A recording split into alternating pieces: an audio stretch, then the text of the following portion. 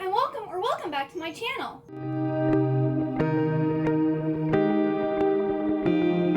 I'm going to be doing my July book haul. I will also be unboxing the July Fairyloot box. Let's start off with that.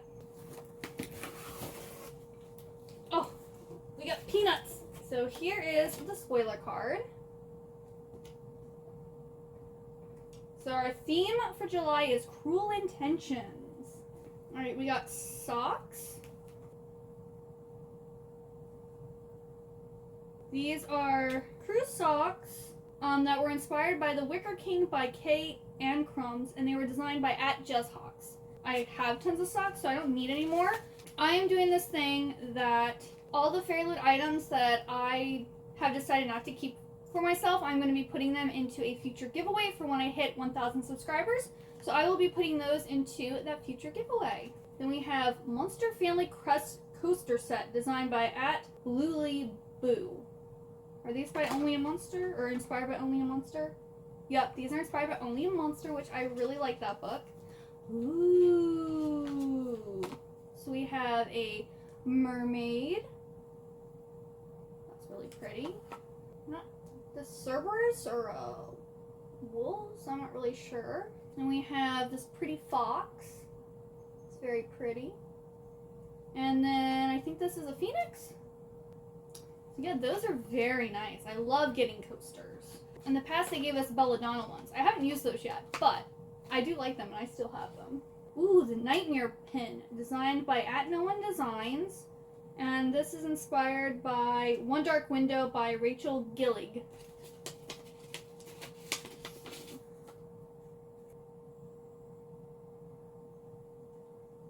That's pretty, but it's not really my aesthetic. So I think this will also go into that future giveaway. Ooh, oh, okay.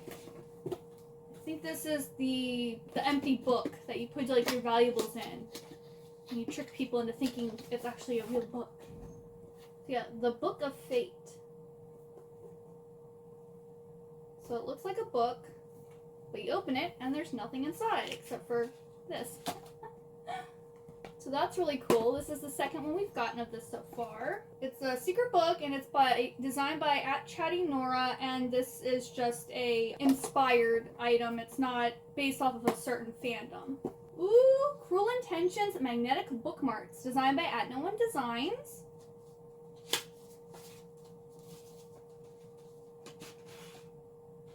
Ooh. So they look like swords. I do love bookmarks, but I don't really like magnetic bookmarks. I feel like it's too much work, and I always have problems getting like my nails underneath them to like take them off the paper. And I've also like ripped pages before trying to take magnetic bookmarks off. Okay, I think these are just inspired to match the theme. They're not actually inspired by a particular book. So because I don't really use magnetic bookmarks and I have a fear of damaging my books if I use them, these will also go into that future giveaway. This box isn't so good so far. It's like nothing I really want in it. Let's see here. Oh, these are pretty. So these are the... Ooh, what is this? These are the tarot cards. We have the Knight of Stars and the Page of Stars. Who's this man with a kitty on his shoulder? So Nathaniel as the Page of Stars and Elizabeth as the Knight of Stars. Oh, they're from The Sorcery of Thorns by Margaret Rogerson. That's really cute. I really like that. Oh no, that's just sexy. A man with a cat on my shoulder. Like, I'm won over. I also have a kitty. It's not on my shoulder, but I've got a kitty. So we have the bookmark that matches the theme for this month. We also have the print with the author's note on the back. And then we have the fairy scoop. So in August, the theme is Reap What You Sow. It's time to defeat the undead. This month we're celebrating stories that challenge death itself. Stories where the thin veil between our world and the one after begs to be crossed. And what happens if we or someone else comes back from the afterlife? In this box, you can expect items inspired by Gideon the Ninth, Belladonna, The Bone Season, and 2 fandom-neutral items.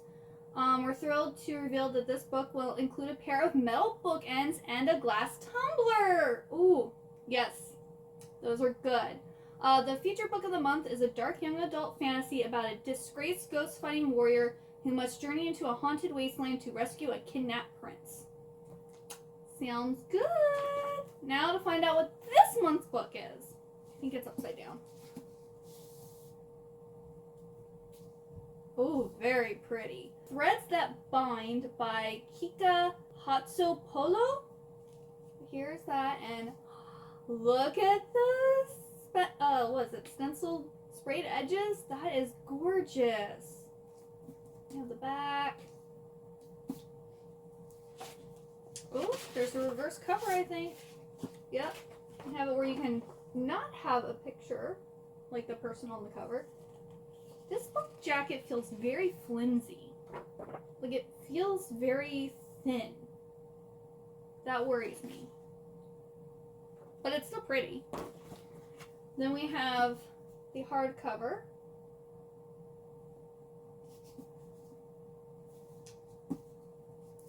We've got the end pages.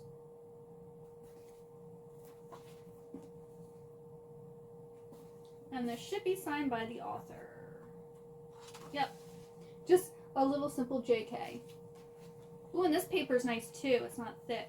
That's nice. I've been liking the paper they've been using recently, because a lot of times it's like that really thick, stiff paper, and recently it's been like this really nice, like, silkier paper, which I really like. Okay, let's see here. What is this about?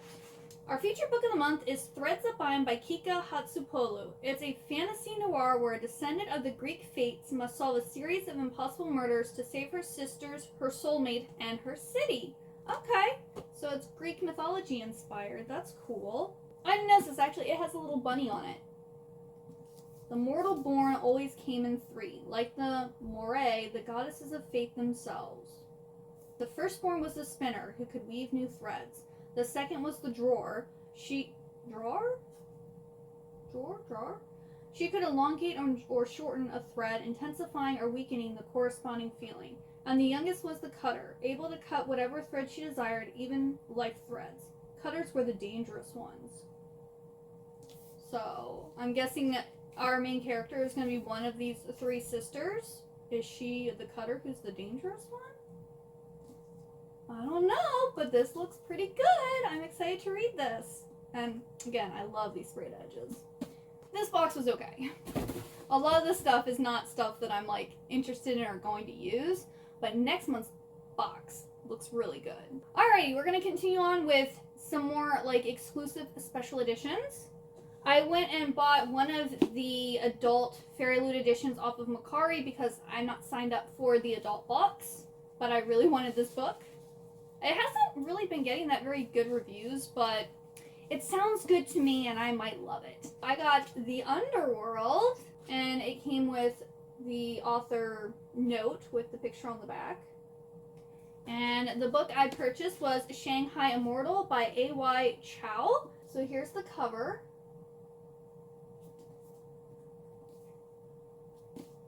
Oh, here's the sprayed edges.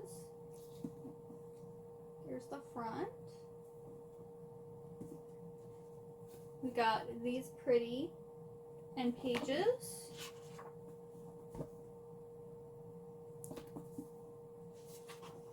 And it is, I think it's only digital signature. It's not, she didn't actually sign it.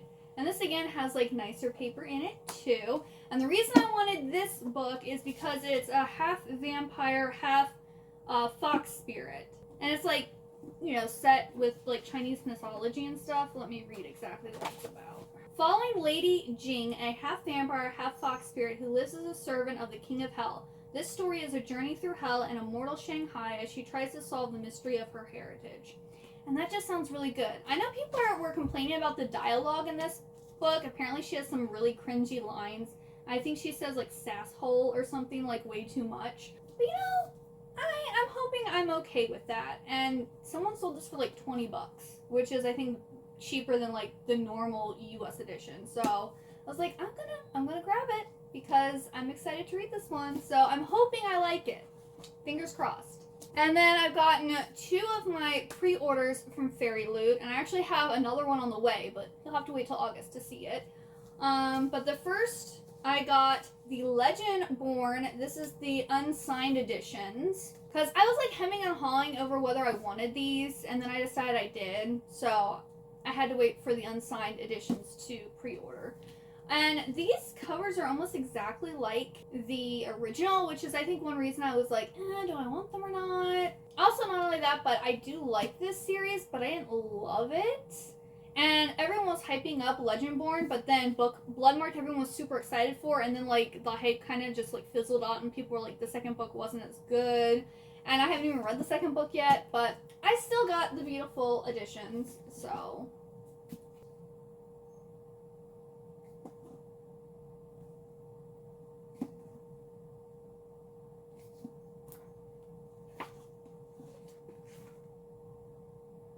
This one here has more stiffer paper. It's not as stiff, but it's still pretty stiff. And then here's the second book, Bloodmarked. I'm not sure. I think this is supposed to be 3 books, and I'm not sure when the third book is coming out.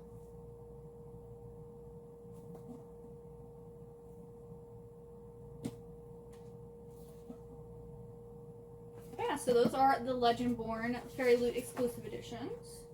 And then the other pre-order I received was Yellowface! And I also recently read this book and I gave it 4 stars. I'll talk about it more in my June and July reading wrap-up, but I'm glad I ended up getting the special edition of this, and oh, those are so nice! I love it! Oh, so pretty. And we just have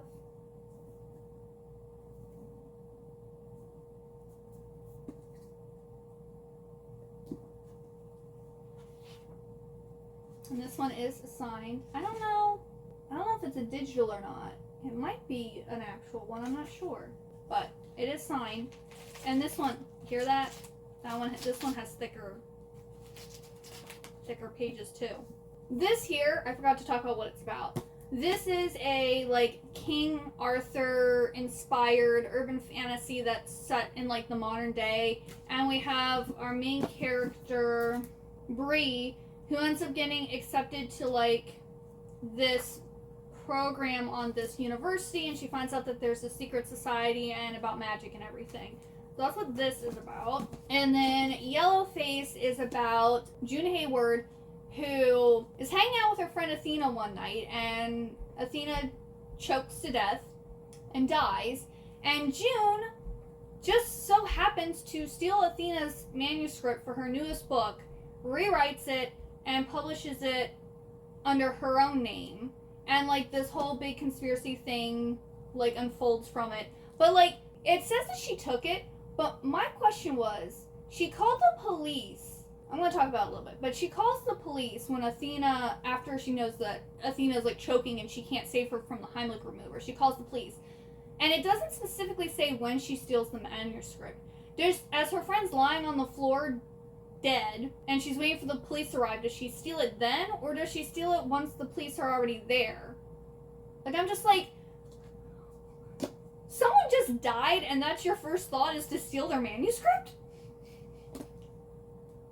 There's like, it's kind of like becomes like a thriller type of thing, because someone is like pretending to be Athena and like trying to get June to confess to the fact that she stole Athena's book. It's really interesting. And then, I'm so excited for this. So if y'all didn't know, Carnival is one of my favorite series ever. And there are some like booktubers that have like the beautiful UK editions on their shelves. And I'm like, oh, I want those so badly. But they're really hard to find.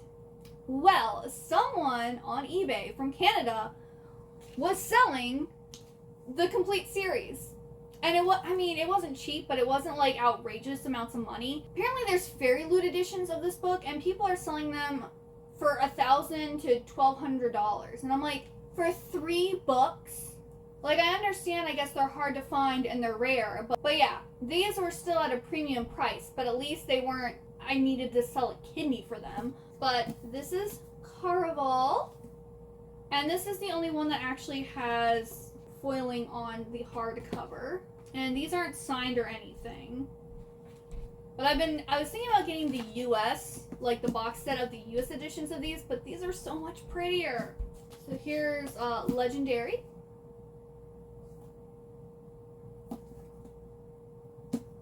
And we have Finale. So yeah, I'm so happy that I have these, and they can now go on my special edition shelf because they just look so nice together. I originally thought these were the Fairyloot exclusive editions, but no, these are the regular UK editions, but they're just really hard to find now. So I'm so thankful that I found those for not an exorbitant amount of money.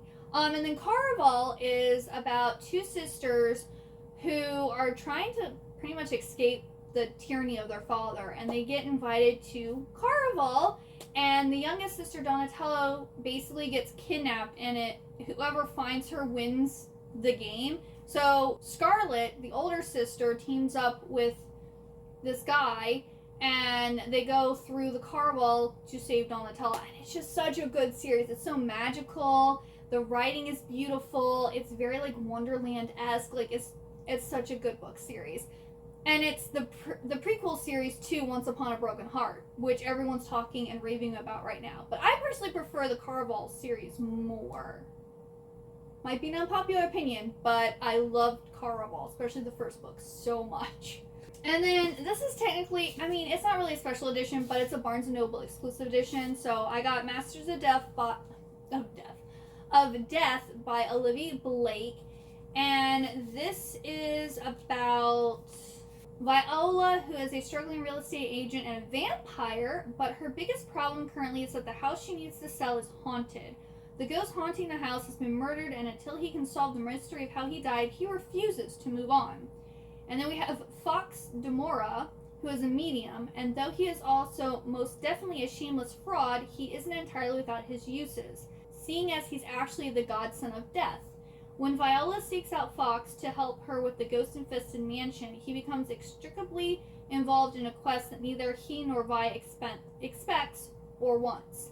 But with the help of an unruly poltergeist, a demonic personal trainer, a sharp-voiced angel, a love-stricken reaper, and a few mindfulness-practicing creatures, Vi and Fox soon discover that the difference between a mysterious lost love and an annoying dead body isn't nearly as distinct as they thought. So, I had to get this one because it's about a vampire. So we have these pretty end pages. I don't know if these are exclusive to this edition or not, but I know the cover's different. Because the normal cover is green, and then this one's more of like, I guess more of a cream color? I think this also came out early. I don't think it's supposed to come out till August, but they had it on the shelf already, so I could be wrong about that, but yeah. I need to start reading more of Olivia Blake because I think I have all of her books that have been traditionally published now, but I've only read Atlas 6. But I am planning on reading one of her books in August, so I'm gonna hopefully start catching up. And then for my July book of the month, I chose Immortal Longings by Chloe Gong. This is her adult debut, and it's another book that's inspired by Shakespeare. It's inspired by Antony and Cleopatra and is a fiery collision of power plays, spilled blood, and romance amid a set of deadly games. So I heard this is kind of like Hunger Games. I'm in my villain era. But yeah, so that's that book there. And then I already got the Barnes & Noble signed edition of this, but I had the first books in the Book of the Month edition, so I had to get the third one so they all match. So I got Love Theoretically by Allie Hazelwood. I've also already read this one. This was my add-on. This is about two physicists. Elsie is a theoretical physicist, and she currently is a adjunct professor, so she works at multiple universities, and she also is a girlfriend for hire. And she has this regular customer who has, I think it's an older brother. Pretty sure it's an older brother who she doesn't know is also a physicist, but he's a different type. He's an experimental physicist. And so she thinks that he doesn't like her, and he doesn't know that she's a scientist. So she is going for like this full-time professor job at this university that he actually works in, and he's on the board to choose who's going to be the next professor. And so they kind of have like this rivalry thing because she thinks that he's automatically out to get her and he doesn't want her to get this job. And then he's also confused because he's like, you're my brother's girlfriend.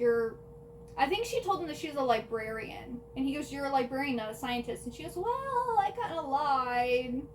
And so it's like a whole messy thing. It was really good. It's my least favorite of hers so far, so I only gave this one a 4-star. I still want to have all of her books. And a 4-star is still good. It's just, it wasn't as good as The Love Hypothesis or Love on the Brain. And then I am so excited to read this one. I don't know why, but it just sounds amazing. And I need to read it as soon as possible. And that is Starbringer by Tracy Wolff and Nina Croft. Tracy Wolff wrote the Crave series, which is an okay series. Like, the idea of it's better than the writing of it, which I'm hoping. I mean, she wrote this with someone else. I've never read anything by Nina Croft. But this is basically Firefly meets the Breakfast Club in this snarky new adult romance. That like, it sold me. I was like, those two things are amazing. This book, the sun is dying and it's happening way too damn fast. With the clock ticking, the 9 planets' only hope of survival rests on a fancy space station and the alien artifact it's carrying. Which is why it really sucks when some jackass doesn't want the universe saved and blows that station up while you're on it. So if your only choices are flaming death or stealing a flying hunk of space junk, you pick that busted-ass spaceship. Even if it leaves 7 strangers with deadly secrets trapped together. A princess, a prisoner, a con artist, a warrior, a priestess, a mercenary, and the asshole in charge of us all. Now every faction in the galaxy is hunting this ship, from the Sisterhood to the Corporation, and the rebellion's joining in on the fun too. We just need to stop drinking, fighting, and screwing long enough to evade them all and save the freaking universe somehow. Because apparently the only thing standing between a dying sun and ultimate salvation is 7 unlikely misfits, heroes. Okay, the writing of that does not sound that good, but it's kind of funny, so I'm hoping this is going to be like a space comedy is what I'm hoping. So I'm guessing this is kind of like a map of the solar system where they're traveling around at. But this just, I like read it and I was like, I need this book and I want to read it as soon as possible. I'm probably going to try to read this one in August too, because it just sounds so good and I want to read it. I also recently rewatched The Breakfast Club, and so I just need more of that in my life. And also Firefly was canceled way too soon, just saying. Then another book I'm super excited for and going to try to read in August, hopefully, we'll see. The Carnival of Curiosities by Amy Gibbs. Kirsten had this on her like most anticipated releases of July, I think. And as soon as like she talked about it, I was like, oh, I need that book. I need it now. Because I want anything that has to do with the circus, a carnival, I'm all about it. So this is also set in Victorian London. Another buzzword for me. So in Victorian London, where traveling sideshows are the very pinnacle of entertainment, there is no more coveted ticket than Ash and Pretorius's Carnival of Curiosities. Each performance is a limited engagement, and London's elite bravely dare the dangerous streets of Southwark to witness the carnival's astounding assemblage of marvels. For a select few, however, the real show begins behind the curtain. Rumors abound that the show's proprietor, Aurelius Ashe, is more than an average magician. It's said that for the right price, he can make any wish come true. No one knows the truth of this claim better than Lucian, the Lucifer, the carnival's star attraction. Born with the ability to create fire, he's dazzled spectators since he was a boy. When Odilon Rose, one of the most notorious men in London, comes calling with a proposition regarding the life of his young and beautiful charge, Charlotte, Ash is tempted to refuse. But after Rose reveals a secret that threatens the security of the troupe's most vulnerable members, Ash has no choice but to sign an insidious contract. The stakes grow higher as Lucian finds himself drawn to Charlotte and her to him, an attraction that spurs a dangerous course of events. Grave secrets, past horrors, and what it means to be family come to a head in this vividly imagined spectacle, with the lives of all those involved suspended in the balance. It sounds very, very good. And it's cute, like on the back. It looks like little tickets and stuff like that. I'm just so excited to read this one. And then this is a book that I read on Kindle Limited in July, and I gave it 5 stars. I finally found another 5-star read, and I had to have the physical copy. I have ordered the other ones in the series. They just haven't come yet, so they will be in August. But that is The Serpent and the Wings of Night by Carissa Broadbent. Yes, this is worth the hype. This is so worth the hype. As soon as I read the prologue of this book, I was like, this is going to be a 5-star read. Hands down. Like, just from the prologue, it was so good. We have Aurea, who is the human daughter of the Vampire King. And every so many hundreds of years, they have this tournament called the Kajari that is run by the goddess Nyaxia. And whoever wins this trial or tournament gets one wish from her. So Aurea is trying to win so that she can become the Choristai, something like that.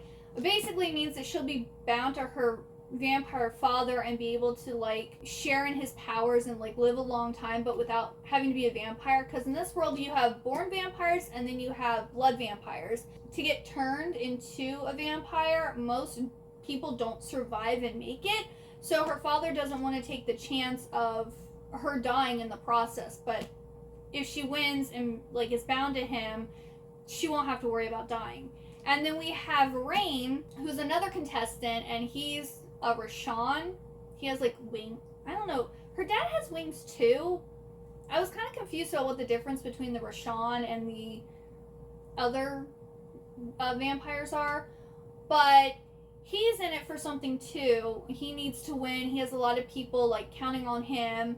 And of course him and Aurea end up in like a team, and they fall in love.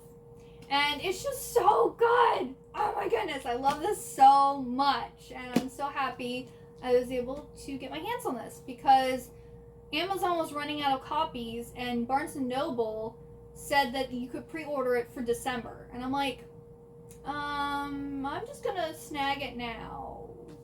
But yeah, I highly, highly, highly suggest this book, especially if you're a vampire fan. And then the last novel I have here is Vamps Fresh Blood by Nicole Aron. And this, another vampire story. It's nestled in the Swiss Alps. Vamps is the ultimate academy for the progeny of the wealthiest and most powerful vampire families. Unfortunately for Dylan, he's an outsider. To be more specific, he's a Dhampir, a vampire who is half human. If he wants to survive beyond a single term, he's going to need to embrace his fangs. But blood never lies, and soon it becomes clear there is something special and deadly in Dylan's veins. As his power grows, so does the target on his back. Sink your teeth into this exciting new paranormal series, which transports you to an elite vampire academy where a half-vampire, half-human must hone his bloodthirsty side in order to survive in a cutthroat world. Yeah, that also sounds good. I was in Barnes & Noble. I wasn't looking for anything specific, and I ended up seeing this and grabbing it. At the same time, I grabbed Masters of Death, so I bought 2 vampire books. I'm in the vampy mood. I'm like back in my vampire era. I just want to read all the vampire books. And I'm okay with that. Alright, now on to the manga and manhwa. First up, we have Cursed Princess Club Volume 2 by Lamcat. This is the pretty hardcover edition. And this is about a group of princesses who are all cursed. And they kind of get together and hang out and try to help each other with their self-esteem. And it's such a sweet, cute, wholesome story. There's also one prince that is in their club. So they aren't just, they're not exclusive. They're inclusive. And yeah, you can actually read this on Webtoons if you don't want to buy physical copies. And they also have paperback editions too. But I really like this series. Then I got My New Life as a Cat Volume 2. This is the most current release. He's so cute. So this is about a teenage boy who ends up getting hit by a car and wakes up in the body of a cat. And he's trying to figure out how to get back into his own body. That is at the hospital, and he's pretty sure the cat's in his body. And we have a teenage girl who actually finds him in cat form and takes him home and adopts him. And it's so cute. It's adorable. Then I got the final volume of Romantic Killers, which is volume 4. This series is now complete. And this is about a girl who just wants to play video games, spend time with her cat, and eat chocolate. And this little creature one day pops out of the TV and tells her that she's a bane on society, and she's basically the issue with why the Japanese population is dwindling is because they aren't getting out there and meeting the opposite sex and making babies. And so he takes away everything that she loves and forces her to spend time with men, or I guess boys her own age or whatever, to get her to fall in love. I mean, that whole concept kind of sounds very cringy, but it's interesting enough, and it's only 4 volumes long, that I think I will enjoy it. But like, the whole you need to get married and make babies is kind of antiquated now, and I don't agree with. I think this is going to be really funny. And now they have all 4 volumes. I'm going to probably be reading in August because I have my other ones sitting up here.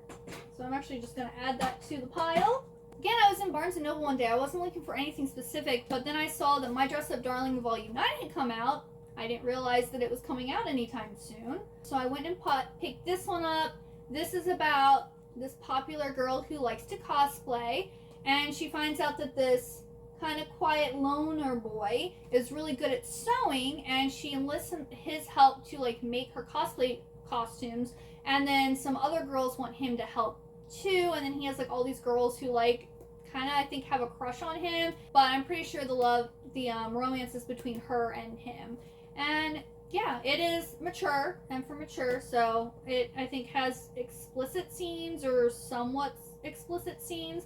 I've only watched the first season of the anime and I haven't read the manga yet, but I really enjoyed the first season of the anime, so I've just been buying the manga, and once it all comes out, I think I'm probably just going to binge read it because that's what I like to do. Then I got My Gently Raised Beast Volume 3. Again, I haven't read this one yet, but I'm pretty sure it's about either a guy who gets turned into a cat or a cat that turns into a boy, and I think we have a princess, and I think it's the romance between them.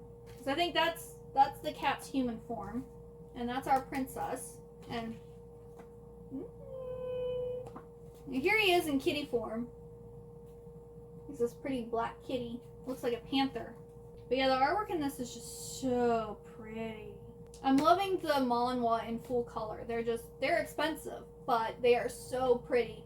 And this is another one I think that was originally on Webtoons, but I can't find it on my Webtoons, so I don't know if maybe it's like it was over in another country that this one was, running. But I'm looking forward to reading this one here too.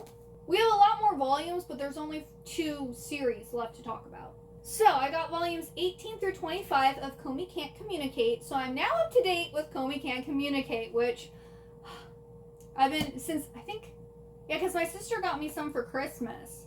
So it's been probably a little over a year since I've been trying to collect all these, and I finally am able to get them all. So here's number 18.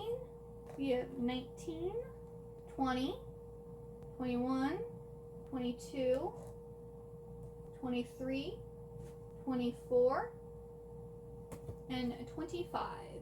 And Komi Can't Communicate is about Komi, who has extreme social anxiety. It's so extreme that she cannot talk. This new guy in class ends up befriending her and realizing why she doesn't talk to people, and so he like helps her to try to make friends. And it's a cute little slice of life, like heartwarming story. Again, I haven't read the manga yet, but I either watched most of or all of the first season, and it's really cute. Like, I was always like, oh my goodness, it's so cute. I can't wait. I wonder how long this is gonna be, because usually slice of life like manga doesn't last for that long, but I think her goal is to make 100 friends, so I hope that doesn't mean it takes 100 volumes. Like, let's get 1 friend per volume. She's running out of time to achieve her goal of making 100 friends. Oh, so it must be coming to an end soon then, because this is Komi is in her final year of high school, and that means she's running out of time to achieve her goal of making 100 friends. So I'm guessing it's probably going to be ending soon then, if she's running out of time. But yeah, I'm super excited, and I can't wait for the series to be finished too, so I can read it. And then the last series, I got Snow White with the Red Hair, volumes 22 through 25, and so now I'm also up to date with this too. And also, I don't think volume 26 has been announced yet, so I'm probably going to be caught up with this for a while. Or I think Komi can't communicate. I think the next, like, 2 volumes have already been announced for the English release. But we got number 22, 23, 24, and 25. I think I started collecting this 2 months ago, and I'm already up to date, which is amazing and actually kind of shocking. But this is about Snow White, who has red hair, and the prince of the kingdom where she lives wants her to be his wife, and she doesn't want to marry him, so she flees to another kingdom and falls in love with the prince there. I'm pretty sure is what this one's about. I haven't watched the anime or read it or anything yet, but it is Shoujo Beat, and I'm trying to collect most of, if not all of, the Shoujo Beat manga. I'm sure I'll like it. I don't think there's been a Shoujo Beat manga that I haven't liked yet. It just hasn't happened. I have faith that I will enjoy it. It might not be my favorite, but I'm sure I'll enjoy it. That is it. Those are all of the books that I bought in July. I am so excited to read these. And again, I think I've dwindled it down a little bit more, because last month I had 39 books that I bought. There's only 31 books here this time, so that means I cut down 8 more books. I'm slowly trying to buy less books, because I know I buy you can never have too many books, but at the same time, there's only so much money. So I've cut down on the amount of books I bought yet again, because I know a lot of people are doing book buying bans right now, and I cannot do a book buying ban. That's just never going to happen. But I can try to cut down so I'm not purchasing as many books. And technically, 3 of the books were Fairyloot pre-orders that I bought in other months. So if you even wanted to cut that out too, I'm down to under 30 books. So that's pretty awesome. I'm glad that I'm slowly whittling it down and not buying as many books. But yes, thank you so much for watching. If you got all the way to the end, please leave me the book stack emoji and let me know if there's any books that you've gotten recently. Have you got any exclusive editions, or have you read a really great book? I hope you have a wonderful good day or night, and I hope to see you next time. Bye-bye!